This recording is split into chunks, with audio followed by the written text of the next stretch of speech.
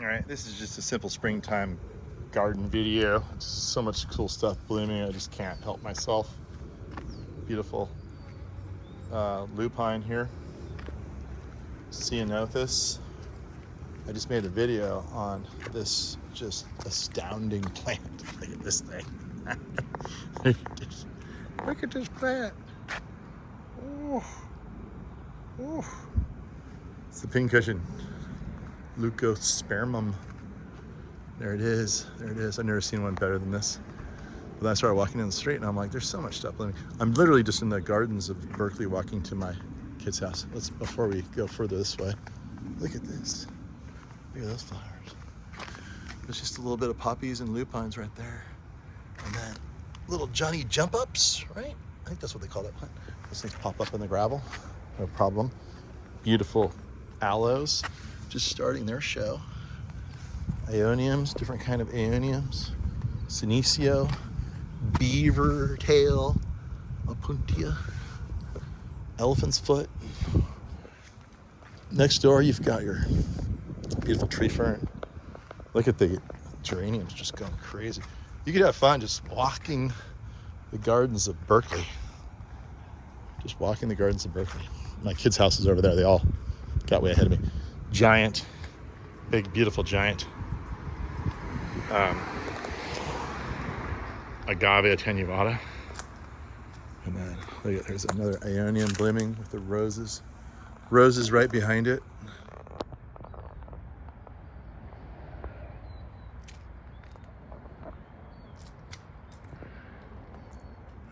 And look at this storybook house with the wisteria and the trim that's the same color as the wisteria, and the door and the bunny rabbit. Look at the bunnies. Look at the bunnies. Oh yeah. I love it. The bunny. There's a bunny. Look at the bunnies. She's got bunnies. Well, I hope she has some grandchildren. Come over here and have a little Easter egg hunt. And then the garden's changed dramatically to an oak forest with big giant boulders. Sort of a completely different feel, but very interesting. And a birch tree going up. Wisteria working its way up into the trees.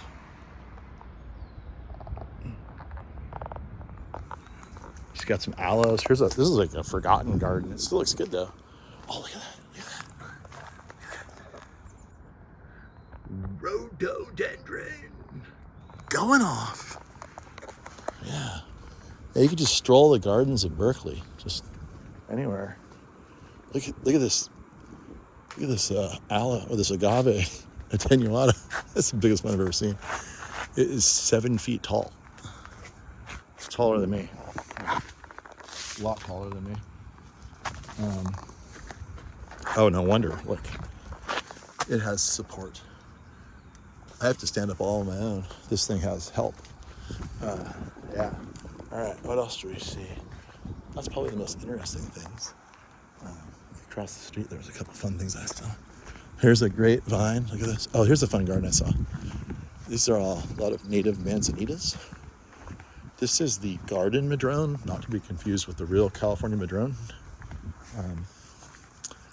This does a lot better in gardens than the real California madrone. It gets the red bark, has evergreen foliage, has the peely bark that all of the manzanitas have.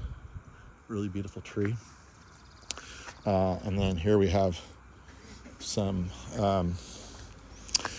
fuchsia. This one blooms in, California fuchsia blooms in fall, so it's not blooming right now, but it's a beautiful silver. And then there's this sticky flower. This thing, don't touch this one. It's super sticky. It grows in the marshes. That's also California native. Beautiful California native rock. That's a really neat rock, actually. It's a river washed rock with some rainbow coloration in it. Look at the rainbow. Look at this rainbow color. Nice rock. I wonder where that rock came from. I always wonder, like, where did that come from? What's your story? And what's your history? And then here's some manzanita that's really well trimmed out. Show off the red bark. Some nice rock work. Beautiful yellow door. All right. And then another type of manzanita, I'm not sure which one. So that's kind of a fun garden. Oh, look, and then there's a gnarled, super gnarly garden madrone. Beautiful. Look at that bark. Okay, and then over here, there is the from Mexico, one of my favorite vines. Vines go crazy though. That's the only problem with these vines. That's Disticus buccinatoria, the red trumpet vine from Mexico. It's evergreen, and right now it's getting ready to bloom its head off. All these flower buds are going. Some of the flowers are already opened up. Has a yellow throat. Beautiful plant. Eventually it makes a big, gnarled, barky trunk. This thing's been here forever. Certainly doesn't need any water from humans anymore, just the rainfall. And then here's just kind of a fun terrace garden, cool steps going up. Looks like we have some grapes. We have some different salvias down here. Look at this salvia. I think you call this one watermelon. Right there. And then this one is Salvia leucantha. Don't quote me. It could be called fireworks. I don't know. There's some cool name for this one. I kind of forgot. But then this garden was really pretty. Here's some South African ice plant, Drosanthemum, Lampranthus, I think. And then there's an agave. Oh, what's that one called? It's blooming. It's finished its bloom, but it's kind of striking. The hummingbirds love landing on top of those things. But here we have some nice Japanese maples. This is a dissectum. It's like lace leaf cut. Beautiful coloration, soft. And what else? Oh, here's one. I'll end on this Japanese maple. It looks like something else that used to be illegal, but isn't anymore. Right there. Look at that. It looks a lot like cannabis. Doesn't it? Look how dense that is. It's beautiful. It's so pretty. Anyway, that's it, guys. That's all I got. See ya.